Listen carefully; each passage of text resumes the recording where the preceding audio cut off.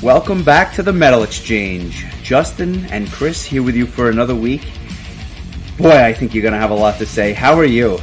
Oh, I'm so sad. I spent the whole week listening to Candlemass, and now I'm just sad. I'm just finding myself being very sad all the time. Lots of doom and gloom this week. But before we get to the album of the week, lots and lots of music came out this week. I just wanted to mention a few things that I listened to, and I just thought it was just a phenomenal week for new stuff, and I got to listen to a bunch of it. The first band I wanted to mention was the new single from Bellacore. They came out with a song called Hidden Window, and it's almost an 8.5 minute single, and it's pretty much what you get from these guys. It's probably, I guess, like progressive in spots, very, very heavy, but it's that melody-driven death metal, which is kind of the one that I gravitate towards. Really, really enjoyed that, and I look forward to that album. And something I had shared with you this week was the new hardcore superstar single, Catch Me If You Can. These guys have been a guilty pleasure of mine for a long, long time, and I wasn't crazy about the last album, but this single rocked, and if the album is any indication that, this song is obviously a prequel to, I think we're in for a real special treat. Have you, did you give it a good listen? Yeah, I enjoyed it quite a bit. Very good song. I mean, it's pretty much what we've come to expect from them, but it's catchy and it's something to bang your head to, and it's Mick Foley and Sandman approved. Yeah, exactly. And did you check out anything else yourself? Yeah, you're right. There was a lot going on this week. I think I had mentioned, or maybe I didn't. I don't remember.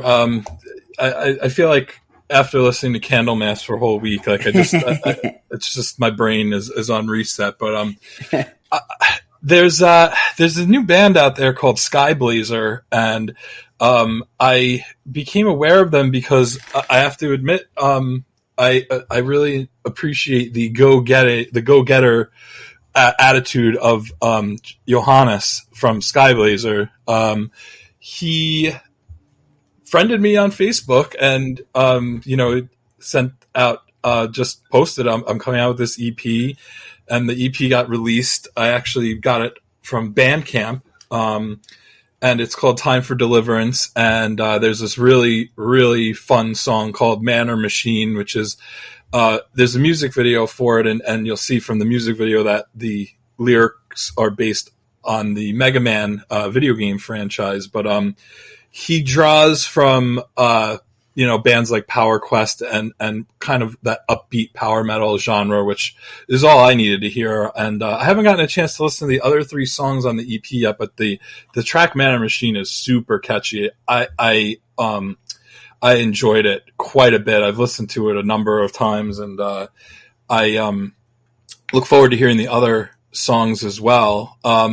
Also, it was interesting. I got into my car today, and I happened to be flipping through the XM channels, and I came onto Pearl Jam Radio, and they were discussing today.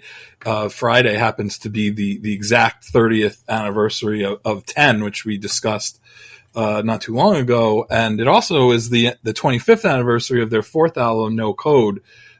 So kind of cool.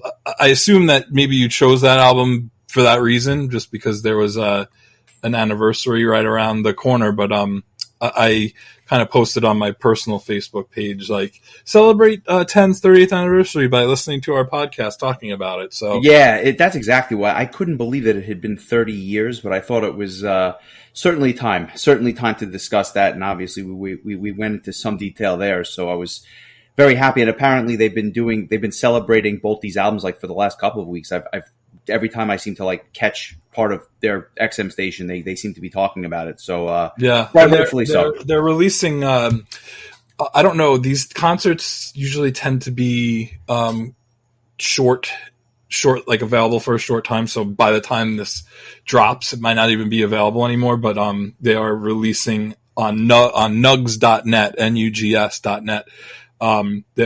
tonight and through the weekend, there's going to be a live, and it's free actually, which is kind of cool, but a live video performance of the band doing the entire No Code album at one of their shows. I want to say it was in 2012. I could be wrong, but so I might have to check that out this weekend. Other than that, like a bunch of new singles came out. Did you get a chance to listen to the new Dream Theater single, The Alien?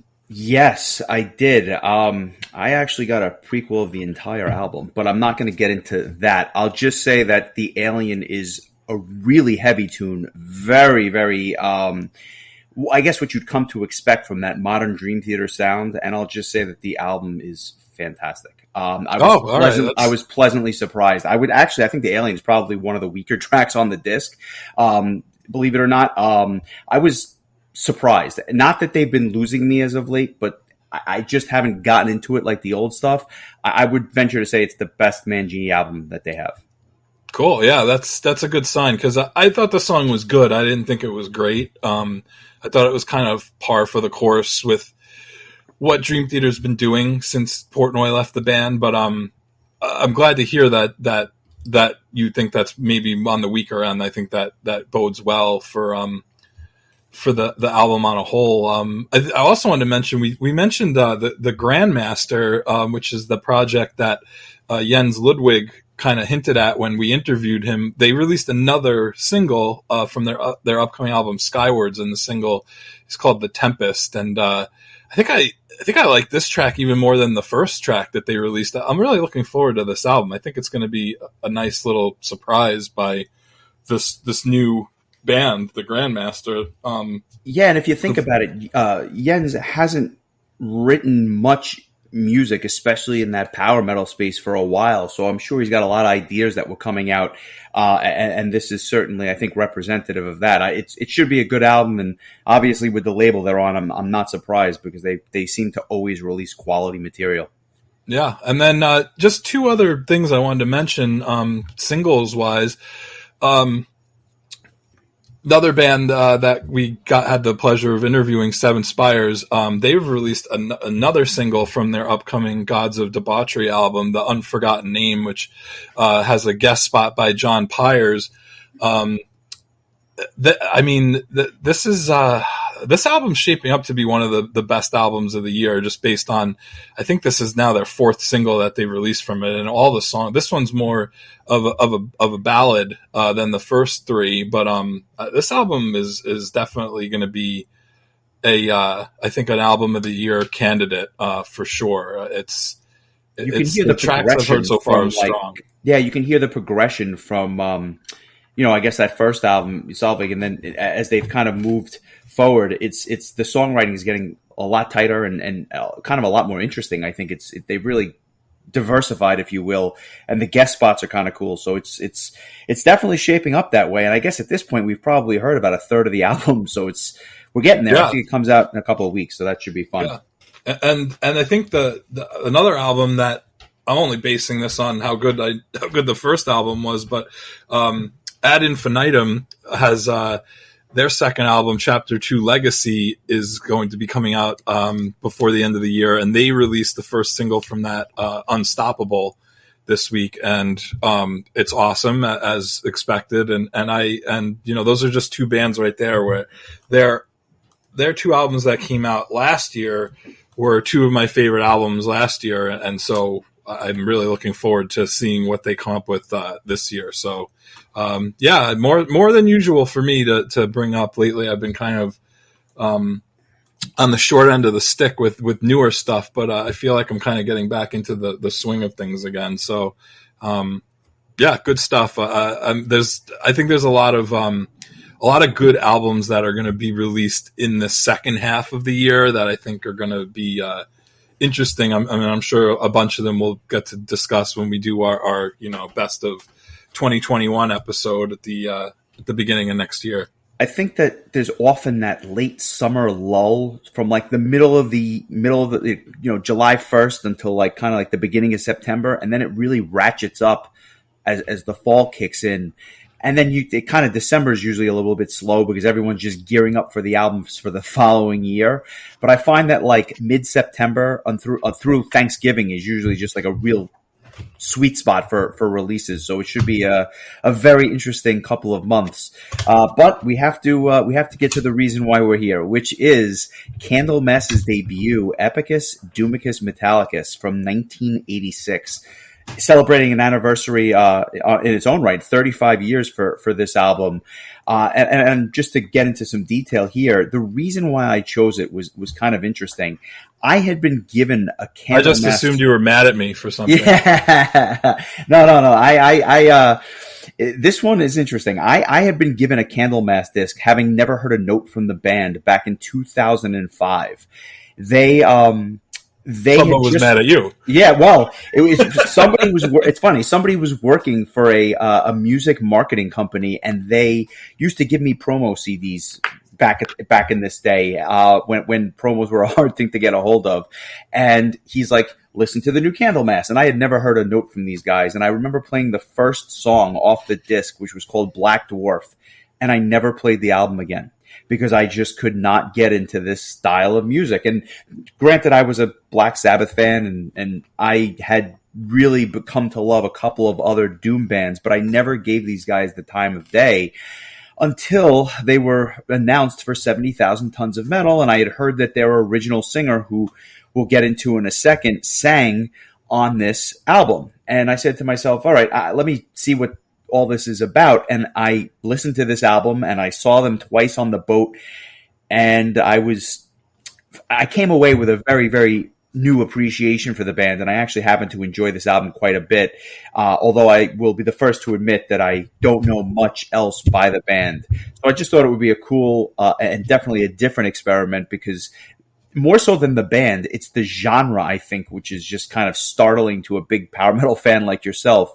But before we get there, I just want to mention two other bands, which I know you're familiar with, but are in the same genre. While Heaven Wept and Sorcerer, both of whom, Sorcerer obviously may have even gotten their name from Candlemass's song, A Sorcerer's Pledge, which we'll get to.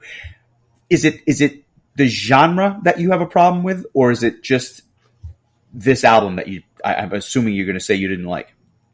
No, I'm just giving you a hard time. I don't have a problem with the genre, and I didn't dislike this album. Oh, okay. Actually, I'm surprised. I just, I'm just gotta take you for a ride for a little bit first. Well, I definitely went on a ride. I'm happy. I'm curious to see what you're going to say, but let's just give some background information. The band starts writing songs in late 84 and early 1985, and they actually do a bunch of demos for some of the tracks that are on this disc. Unfortunately, they had no singer at the time, and it's about 2 weeks before they get into the studio, and they still don't have a singer to sing these songs, these 6 songs that are on this album. And to make a very, very long story short, they wound up basically getting the singer on this album, Johan Lankvist, to sing the tracks on the album, and then he goes right back to the band that he had been a part of. So he was a hired gun on this album, and the lead guitars that were performed by Klaus Bergwell, also all the solos on this disc, a hired gun that they really just got for this one album, which I found to be fascinating, just because I think that both the vocals and the lead guitars are two of the things that stand out on this disc. But the real, I guess, nuts and bolts of the band is really the bassist, Leif Edling. Rhythm guitars on the album are played by Mats Bjorkman and Mats Ekstrom on the drums. And this band, by way of introduction for those that don't know, they've gone through a number of lineup changes over the years. So not to take anything away from some of these guys, but Leif is really the driving force with Mats, the rhythm guitar player that's been with this band the whole time, for the most part. Yeah, I was going to ask you when they did manage to find a permanent vocalist and guitar player, if they lasted a while. But I guess based on what you're saying, that they had a lot of personnel changes over the years, maybe not. So Leif and Mats have been in the band the entire duration. Yeah, that's right. And Lars Johansson, who would ultimately play lead guitars, would ultimately join the band full time in like I think in the 87 or 88, and he's been with them ever since. So as they kind of started to gain a little bit of momentum, the band kind of solidified, if you will. Although admittedly, Max Ekstrom, he was kind of a one and done. They've had two drummers since then. And from a vocalist standpoint, they've actually had a number of vocalists, including Mats Levin, who's one of my favorite singers. But again, it was the style at the time that I just never really got into until later on. And I find it to actually be a very nice contrast to some of the other stuff that we listen to, just because it slows it down. It's just different, but it's different enough that I can kind of really appreciate it in smaller doses. I will not listen to the entire discography back to back, but I will go back and listen to either songs or albums, just because I happen to be becoming a fan of the genre, although I think I am a bit picky. But like I said, they get together, they ultimately record this album. It costs $1,800. I've heard 2,000, I've seen 1,800, but we'll say under $2,000 to produce and release this album, which by today's standards is like me and you kind of going in my basement and recording it with a tape player. That's how cheap it was to produce this thing. And I'm not really sure that everyone was ready for it when it came out, just because they weren't necessarily the first doom band. I think everyone agrees Black Sabbath was the inventors of the genre, and there were obviously a lot of other bands to come before them, which they credit as kind of like what inspired them, and whatnot. One of which is Trouble, which we'll talk about a little bit later on when we get to the news section. But so doom metal was around, but these are the guys that kind of like really took the ball and ran with it, and are considered if not the godfathers, then the fathers of epic doom metal. Yeah, that would probably explain the name of the album. Yeah, that is exactly right. And having never heard a note from these guys, give me some of your thoughts. What do you think about, what do you think about this stuff? Because it's definitely different. A couple of things. First of all, I thought it was really cool that Johan Langvist rejoined the band in 2018 after recording this album, not being in Candlemass for however many years after, 30 years, 32 years, and then he joins the band officially in 2018. So I thought that was kind of a neat awesome thing. Live. He was awesome live, and I was surprised because you say the guy hasn't performed, he hasn't done anything in all this time. He sounded great, and I guess maybe it's because he didn't have the miles on the lungs like some of these other guys do. Part of the reason why I would thought Michael Kiske sounds so good live even to this day, but he was great, and they were tight, they were having fun, and it was just an awesome setting. And I'm really happy I got to see them, because admittedly, had they not been on this boat with 60 other bands, I don't know that I would have ever checked this album out or gone to see them, just because, it's like it wasn't on the top of my list. But I'm so happy that I did, and I really enjoyed, both their sets, so much so that I made a point of going to see them twice. Really, really cool stuff. And anything else jump out to you just before we get into the songs themselves? Yeah, I thought that the album on a whole sounded a lot more modern than something you would have guessed came out in 1986. It's kind of surprising. Like, if you had not told me when this came out, I don't even think I would have guessed it came out in the 80s. But maybe that's just because the doom metal that I have heard was from more recently, I guess. But I mean, I think the production is really good. I'm shocked that they only spent $1,800 making this, because it sounds really good. I was impressed with just the overall sound of things. As far as like the style goes, I mean, in all honesty, like, to me, a lot of it just sounds kind of the same. It's not that I don't dislike it, but it's just, I find a hard time differentiating between songs. I mean, it's just kind of like, to me, they're all just kind of that like slow, kind of sludgy, like I like that. Like, I think the vocals are really good. Like, I like that there's no death vocals. I think probably people that don't know doom metal might not realize that it doesn't have growls. It's actually like a lot of it is really just clean vocals. And I think that, in this case, Johan does a really good job, singing, but it's just kind of like, maybe plotting might be the word for me. Like, so it's not really, I don't dislike it, but nothing about it really like got me super excited either. So that's kind of how I felt in a macro sense about the album.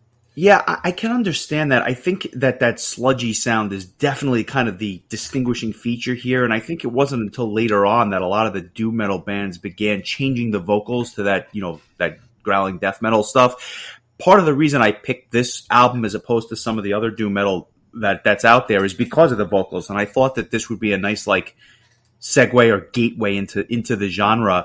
I mean, but if you think about it, like, you can't listen to early Black Sabbath and say that wasn't where this stuff started, because a lot of that stuff, if you listen to all that early and even, the later Black Sabbath stuff, this was that's where this all started. And they kind of just took it and ran with what Black Sabbath had been doing, 15 or so years prior. But in terms of it sounding the same, I think it's really a function of the tempo doesn't change that much. There's no fast tracks on this disc. And number two, every song is really driven by that low bass sound and that rhythm guitar riff. But the riffs, I mean, how many different, yeah, they're all different, but you're not really reinventing the wheel here in terms of the different riffs. Obviously, they're all different. They sound different, but if you're not really in tune with it or a guitar player, I don't know that you're going to be able to pick one apart from another other than, a note here or there. Yeah, I agree with that. I feel like, for me personally, I feel like this is something I would enjoy more in a live setting than listening to an album. I feel like really having that loud music kind of surround you, and like I feel like it would be more effective, and I think that for me I would enjoy it more in that kind of setting. I think that something about it I think really seems to lend well, and I'm basing this on nothing, but it just no, but you know what, like you're right, would lend well to a live experience. You are absolutely right, and I will say that having gone back, and I've heard this album a few times now, not just this week, but in the past when I checked it out before the cruise in late 2019 when I first heard it. These guys it's a very good album, but it's much better live, and you're right, something about the live setting, it really just, you can kind of feel it and get into it. I just think it comes off exceptionally well live, and there's something to the simplicity of some of this stuff that actually lends itself to that live setting, because it's a lot, it's a lot easier to produce this in a live setting than it is some of that orchestrated stuff, which has to get piped in because they can't recreate it live, if that makes sense. Because what you hear here is basically what you're getting live, and no frills, I guess is the way I would kind of describe it. No frills. Yeah. Well, I mean, like the drumming is heavy, the bass playing is heavy, the guitar riffs are heavy. So like, I feel like hearing all that in person, especially if you have a really good mix and like, real like good amps and stuff, like I just feel like I feel like I would enjoy this a lot in a live setting. Totally. I just think that like sitting in front of a computer and listening to it through speakers, like it just kind of, again, to me, was like listening to one like 40-minute song in a lot of ways. I completely get it, but we'll break it down a little bit. It opens with what many would call the quintessential Candlemass track. Even Leaf says, it's kind of their signature track.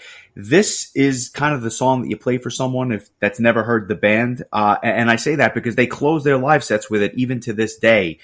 Solitude is just one of those tracks that, like, if you didn't know what the band was, after you're finished with this track, you know exactly what the band is. And it's kind of not the longest track. It's actually one of the shorter tracks on the disc, but it's one of the ones that gets the crowd going. And it's just like that, again, that modern doom sound, which kind of started here. This is that track.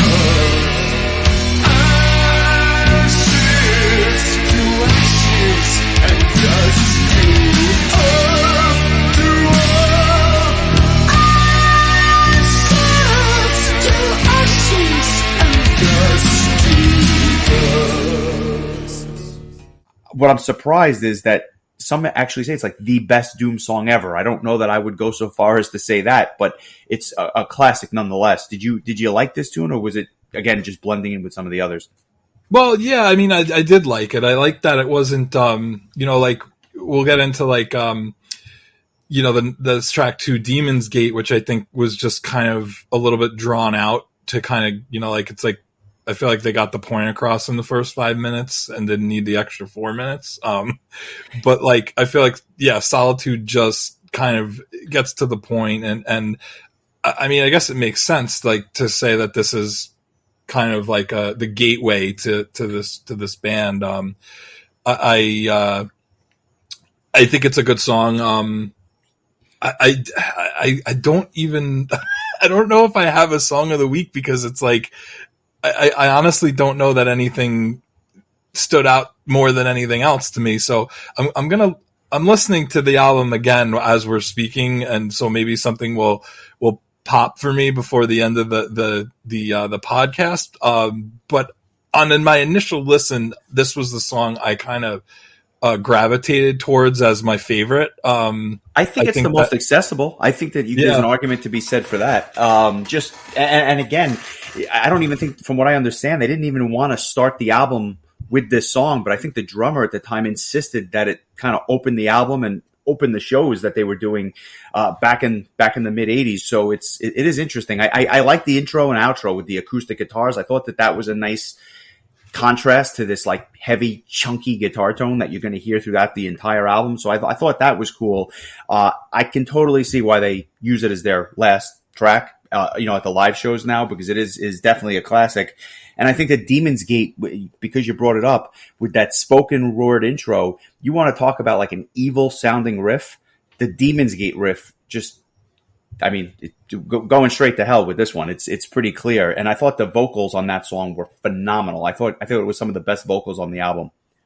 Yeah. And honestly, like, I definitely can tell that there's other bands that aren't even doom metal bands that have like drawn some influence from this album in certain parts. I mean, and I also think, I'm trying to put my finger on who the vocals kind of remind me of in a more modern sense, and maybe it'll come to me, or maybe you'll mention it. But there's something very kind of familiar to this, even though I'd never heard it before, and I think it's just because that's how influential this really was, not just to doom metal, but to all metal musicians. Yeah, I mean, we'll get into the accolades later, but I mean, well, you know what? You brought it up, so I might as well just get into it now. This most people, if you go into the top 10 doom metal albums of all time, this is almost unanimously in everyone's top 10, and I've seen it as high as number 2, just in terms of the accolades that it's received over, in various publications. And I was shocked, because I said to myself, I knew it was a big deal, but I had no idea that it was like that high up on everybody's lists. And some people say that Candlemass is the best band to come out of Sweden, which in and of itself is remarkable, just because I think about how many Swedish bands that you and I listen to. So for these guys to be number 1, I think that's pretty telling. I think Ace of Base might have something to say about that, but I mean, or ABBA, but it's fair. It's fair. I mean, did you see the sign when you listened to Crystal Ball, or not so much? Yeah, it said go to bed. It's this is actually one of their oldest tracks. It was written in 1984, and I heard the demo with Leaf on vocals, and I can say that I'm glad that he was playing bass later on and continued to. Not the greatest vocals, certainly set the tone for what it was, but it's Crystal Ball it's funny because it's not my favorite track on the album.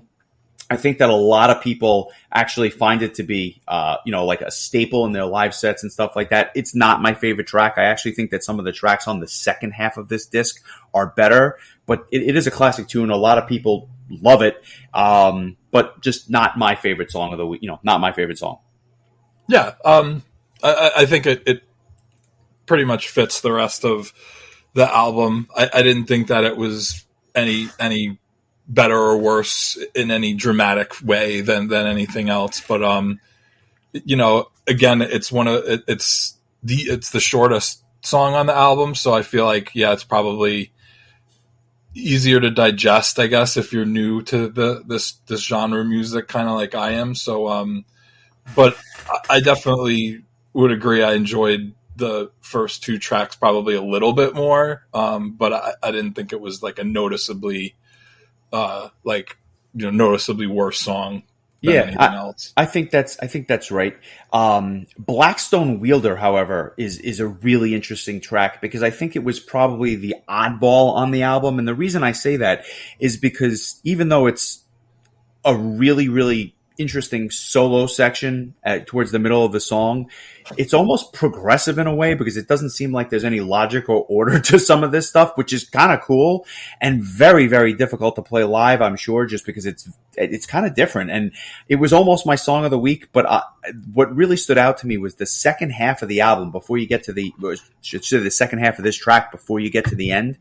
It speeds up just a little bit and almost reminds me of something off of like Metallica's Ride the Lightning, which had come out like 2 years prior to this. Something about it just really, really, I thought it was one of the best written songs on the album. It's not going to be my song of the week, as I said, but it could have been because I really thought that this was a standout track and just enough that it was different from the rest of the album. Yeah, I think that's a fair assessment. I think that the guitar work on this song especially is just really indicative of what Candlemass is all about on this first album, and I think it's so like sonically strong. It sounds really good, and it's just interesting. I listened to an interview with Leaf, and he was just saying that when it comes to Candlemass, a lot of times the notes are just like completely thrown at the wall at random, and it just is what it is. And you get that here for sure. Yeah, and I get it. Totally makes sense. Like it really is. It's like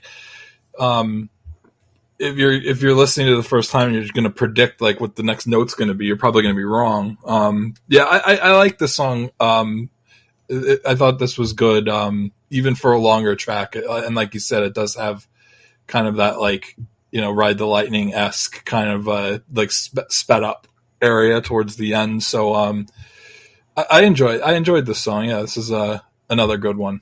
Potential track of the week, or we're not there yet? Yeah, we'll see. All right. Well, we're going to get to my track of the week, which is Under the Oak. And I say that because for some reason, I think it was hearing it live is what really solidified it for me. This is my favorite track on the album. I think that it starts with this amazing guitar solo. It's these drum fills, which are very, very kind of simple drum fills throughout the whole song, but they're really, really catchy. The vocals over the middle, in the middle of the song that kind of just I don't want to say overpower, but they complement Leaf's bass playing. I thought was a nice touch. I like the keyboards that are prominent here. I think they set the tone for the entire thing. And then eventually the whole rest of the band kicks in, towards the end again. I really, really like this track. I'm going to go with it as my track of the week. And I just think that it's something that people should hear if they're not familiar with this band. And if you're a fan, I'm sure you're not going to have a problem hearing it again.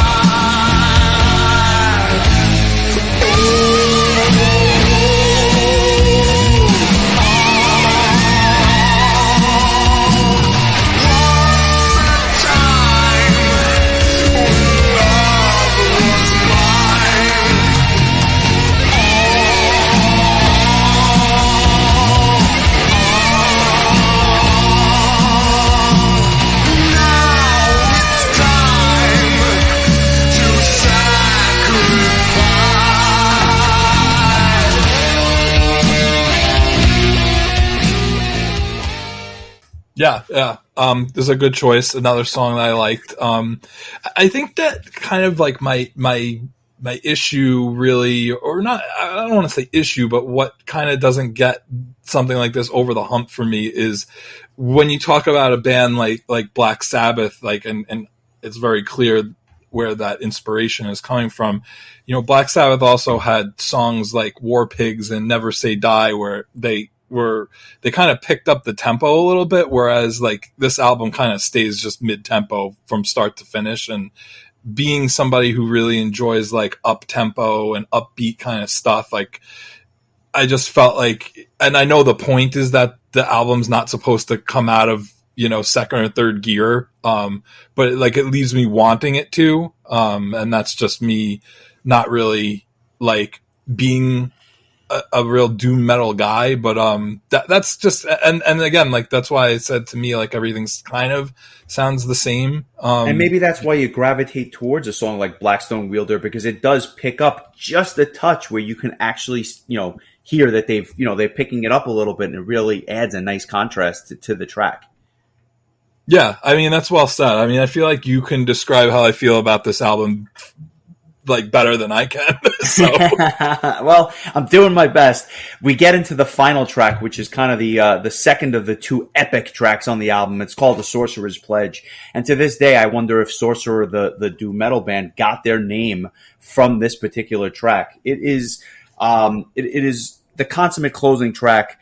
I like the fact that it has that acoustic guitar intro again. Apparently, it was actually the product of a sound check that they just threw onto the album because they liked it so much, which is cool. There's layered vocals here, which is a kind of a unique effect as well. And it's kind of the one track that I guess we would say has that gallop that we sometimes talk about. A really good live track. I was, again, fortunate enough to see them play this as well. And just a good way to end, these albums, back again, you're going back to a time when you're not getting 74-minute albums. The album only clocks in at about 43 minutes, if I'm not mistaken. So it's definitely, a nice way to close the album. If you're, again, you're talking about an album that people just rave about. Not the biggest Doom guy, but I can certainly appreciate why they love this for what it is, especially when you go back to 35 years. Yeah, I like this song. I think this and Solitude probably are the songs that stuck out the most for me. I'm going to sound like a real noob, but I'm going to go with Solitude as my track of the week, just because I think that's the one that stuck out to me the most. And I didn't know it was supposed to. So I guess it did its job, but, I also really enjoyed, A Sorcerer's Pledge. I liked, like you said, it starts out like really creepy, like the slow acoustic guitar. Like it reminds me of Halloween, not the song, but just like the time of year, just this kind of like, dark at night with the tree branches and the moonlight. And then it just picks up into that, heavy guitar riff, heavy drums, which is like, pretty much what I'm starting to understand is vintage Candlemass. So, this was probably the song that that really made an impression on me, other than Solitude. So this probably would have been my runner up, but I think those are the two songs that really popped for me. All right, well, a good choice, and like I said, this album has just received such tremendous accolades, as has the band. The reality is the band would go on to a number of different albums and a lot more success, and obviously getting back together with Johan after all these years is nothing short of amazing, considering it took so long for him to finally join the band. But I'm glad I got to see it. I think that if you did see them live, and maybe you'll have the chance on a boat, hopefully in the near future, when that happens, I think that you'll be thoroughly impressed, and you'll realize that it's one of those things where when you see them live, I think it makes the albums better. And you know how that sometimes happens, where like you see them live and you're like, wow, I've been missing something. I think that that's what could happen here. Yes, I've had that happen before. Sometimes a live performance kind of puts a band over, like I said, like not being able to get over the hump. Like that could be something that it happened for me seeing Green Carnation live, where I just like nothing really like ever kind of floored me, like studio wise, but then seeing them live and just seeing that musicianship on display. And sometimes just when you get that perfect mix, or you're standing in that perfect spot in the venue, sometimes, or maybe you just have that perfect beer buzz, whatever, all those things. it just hits you over the head. And so, yeah, I would, this is the sort of thing where if I was at a festival and had the chance to see this band, I would definitely not skip them, because I think this album gave me just enough of a taste where, it's piqued my curiosity, especially in a live setting. And like you said before, like, I don't think I'm going to go back and listen to their entire discography, because it's actually quite daunting. I didn't realize how much material they have, but I guess if the band's, this album came out in 1986, then yeah, they've had quite a while to release some stuff. But, it was good, like a good intro, and I'm glad that I got a chance to listen to it again, just kind of opening up opening up my knowledge base on things that are a little bit outside of my comfort zone. So I'm glad that we had a chance to listen to it and to talk about it. Well, that's why we do it. But now I have to put you on the spot. Scale of 1 to 10. Are we getting higher than the Anthrax 5.5 or whatever you gave that, or what are you giving this on a scale of 1 to 10? The Anthrax has been on a sliding scale since I listened to that album, as it's sliding further downward. But yeah, this is it's solid. So like for me, this is like a 6.5. It's not by any means unenjoyable. Like I at no point did I be like, was I like, this sucks, or this is boring, or I wish I wasn't listening to this. But also at no point did I also felt like, oh my God, this is so great. Like it was, it wasn't, it's not average. It's definitely above average. That's why I don't give it a 5. Like, I just feel like 6.5 is kind of right in the magic spot for where I'm at with this one. I think that's perfectly fair. I'm going to give it a 7.5 myself. If I was a bigger fan of the genre, I'm probably sure I would have it higher. But to me, it's just a very good album. But I think that live, it comes off much better. Not much better, but it's a better experience live. Although I'm happy that I got to listen to it, and I will check out some of the other stuff. I mean, I am curious to see how they sound with all these different vocalists, just to see the contrast, I think, between Johan and some of the other guys, including Mats Levin, who I mentioned earlier. So, I love Mats Levin. He's one of my favorite vocalists for a guy that doesn't really ever seem to be in a band for very long. And what's interesting to me is that, like, I really got into Mats Levin from listening to Advance, but then I found out that he was also in Candlemass, and he was also in Therion, who is now has the singer Thomas Vikstrom, who also was in Candlemass at a certain point. And Thomas Vikstrom's an awesome singer. I'd be interested in hearing Candlemass with him fronting it. Definitely would love. I'll listen to anything with Mats Levin on vocals. I just think that he's phenomenal. But yeah, like those two names really stood out to me when I was looking at their list of musicians that they've had over the years. So it all comes back to Candlemass, and that's why we did it, because I thought it would be a good history lesson for you, just because I knew you had never heard a note from these guys. Before we get to our listener selection for next week, a couple of news items which I think are really, really worth speaking about. I mentioned earlier how it's been kind of a sad week in the doom metal genre.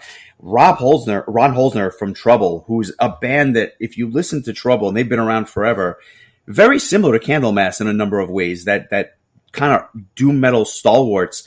Their singer passed away, which I thought was exceptionally sad. And obviously I'd be remiss if I didn't discuss the passing of Charlie Watts from the Rolling Stones, which is just crazy. You just think these guys are going to live forever, but 80 years old, and he passed away earlier this week, which is a real sad thing. It's funny, in my house growing up, it was always we were a Beatles household, and I think that either you're a Beatles household or a Rolling Stones household. We were the Beatles household, so my familiarity with the Rolling Stones is just limited to classic rock radio, and they obviously play them a lot. But when you think about the songs and the albums that this guy was on, it's a shame that I never got to see the Stones live in this formation. But rest in peace to Ron and Charlie. Yeah, I mean, I've seen so many metal musicians come out and make mention of both of these, but Charlie Watts especially. Me and Knops used to joke about it because, like, even back in like the early 2000s, when you would see a Rolling Stones concert, you'd see like, Mick Jagger and what's his name, Keith Richards, and they're still like trying to look hip, and even though they're in their 60s and 70s, and Charlie Watts is just like, I'm fine looking like grandpa. We used to call him Grandpa Charlie. That was our nickname for him. But the dude could play, and geez, who had their money on Keith Richards outliving Charlie Watts? Not me, I'll tell you that. Somebody got a nice payout from their Vegas bookie if you put a bet on Richards. It's amazing. But I thought it'd be a nice spot to mention both of these guys. And one other thing I'll mention, just completely unrelated. There was an album that came out about 4 or 5 years ago. I think it was in 2017.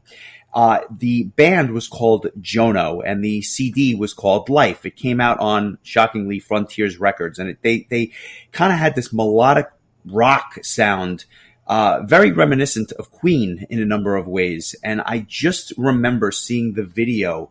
The song was called No Return, and it came out about 2 months before the album actually was released. And I had never heard of these guys, and I watched this video. This singer, who's goes by Jono, I guess his name is Johan Norby. I was blown away by this guy's voice, and it was one of the few times where I just heard something and I'm like, the music is good, but the vocals just blew me away. I only bring this up because the band actually called it quits. They haven't released another album since then, and they just had, I guess, lack of inspiration or something like that. They called it quits. I want to post the No Return video just because if you haven't heard this guy sing, forget the music. Just listen to this guy sing. He's one of those guys that could sing a phone book, and I think my jaw would be on the ground. So sad to hear them going. I wish that we had heard a little bit more from them, but alas, Jono is no more, and I think we'll wrap it up there. Jono went no. Yeah, Jono went no.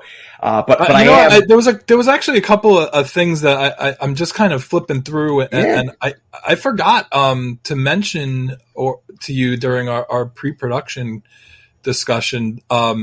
And you probably heard, but the fact that Evergrey signed with Napalm Records, Evergrey is a returning fan favorite at the Prog Power USA Festival, and I know a lot of people that are mutual friends of ours were excited to see them, get onto Napalm Records, and I guess that can only mean more people will be able to hear Evergrey. I mean, I'm not a self-professed Evergrey head by any stretch, but it's well deserved and cool to see. And also, I just wanted to mention, I thought it was very interesting that Bruce Dickinson did an interview recently and said that, and again, he could just be in sell mode, but he's saying that some of the stuff on the new Maiden album is going to absolutely blow people's minds. So,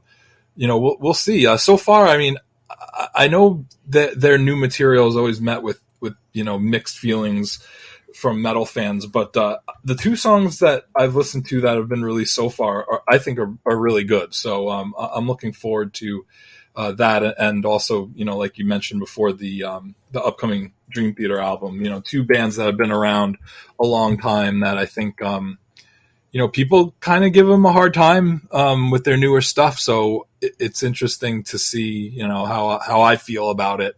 Outside of some of the negativity that is naturally going to come up just because an old band's coming up with new material. I think that what happens is you become a victim of your own success, and you start holding them up to this standard that if it's not the second coming of Images and Words or Peace of Mind or Power Slave, that they want no part of it. And I think that that's not necessarily the best approach. I'm going to go out on a limb and say that Brave New World is probably my third or fourth favorite Iron Maiden album. So that should tell you something, because that's obviously what kicked off that newer material. I'm looking forward to this album. I think we should do it in long form when it comes out. I think it would be very, very interesting to listen to and discuss it in kind of greater detail. I know I'll be listening to it the day that it comes out. If the singles are any indication, I think it's going to be good. I don't know that it's going to be the best of all of them, but I think it's going to be a very good album. Yeah, there's definitely a vintage. Vintage is the wrong word, but like I feel like the modern Iron Maiden albums have kind of this productions like kind of sound to it that it's almost like purposely not super crisp. It's a little muddy. Would you agree? Yeah, but I feel like that's what they want it to sound like for whatever reason. Like it's not that like it's not like they had like a recording snafu or whatever. I just think that that's kind of what they're going for. I think it's the 3 guitars, right? Because on those old albums, there were 2 guitars. And, when you have somebody playing rhythm and you have somebody playing a lead over it, it's pretty easy to mix. But when you have 3 guitars in a mix, I think it just muddies up the sound a little bit. And I think that might be part of it, just because I don't know that there's enough there necessarily that they need the 3 guitars. And maybe it just muddies things down in the mix because all the albums since Brave New World have kind of sounded like that. Yeah, I agree with you. So, yeah, I'm looking forward to it. I feel like it's been a while since Iron Maiden's come out with an album that I really, really, really liked. So, maybe it's always something like, oh, I like it. It's good. And then I listen to it once and I never listen to it again. So we'll see. Hopefully they break that trend this time. And we are coming back to you next week at the first Monday of the month, which means it is Listener Request Monday. And we've got one that has been in the queue for quite some time. And this is an album that I used to listen to every day. And then it became every week and then every month. And probably now we're at the point where I listen to it every couple of months or maybe every few months. But it's still in rotation for me because it is that much of a classic. And that's Queensryche's Operation Mindcrime from 1988. I knew we would definitely cover this. I remember at one point we even talked about doing both this and the Mindcrime sequel. We're not going to do that just because that is not what Todd Weimer requested. He requested the original, and that's what he's going to get. But Operation Mindcrime. We're not going to be doing Operation Mindcrime 2 because then we'd have to listen to Operation Mindcrime 2. That's also it. Being purely selfish, that album, it's not aptly named. I'll just leave it at that. I to this day can't get into that, but the debut I can definitely get into, and I look forward to chatting with you about it. This came from us as I said, Todd Weimer is a fan of the show. He's been a friend of ours. He's been listening to this for a while, and he's been begging us to do Mindcrime. And he's not the first. Other people have requested it as well. So I thought it would be very fitting for us to do that next week. Yeah, definitely an album that I feel like half of it I'm super familiar with, and another half of it I wish I was more familiar with. So I'm kind of glad we're doing this. I have kind of a fun story about one of the first times I heard Queensryche, and I'll wait until next week to tell it. But nice. Yeah, I look forward to hearing that. I don't know the story at all, but I definitely look forward to talking about the album. And then the following, and by the way, that's going to be our 50th episode, if you can believe it. We're up to episode number 50. 51, which is nothing more than 51, will be a little bit of a special show, I guess, to commemorate the 50 episodes from the week prior. It's the 50th anniversary of our first episode. Oh, please. We're not going back to that conversation. That is a story for another day. But we're going to do episode 51. It's our 50th anniversary, if you will. And we'll do so. We'll just say, we won't say what it is, but we have a special drop for the second week of September, which we think you'll enjoy. Yeah, well, at least we hope so. We hope so. But anyway, enjoy the rest of the week. I look forward to coming back with some Queensryche next week, and I will talk to you soon, bud. Take it easy. Okay, I'm going to go listen to Power Quest for the rest of the weekend to cleanse my palate so I can be a little happier with my life. So. Smile, bud. It's over. I'll talk to you soon. All right, take care, buddy.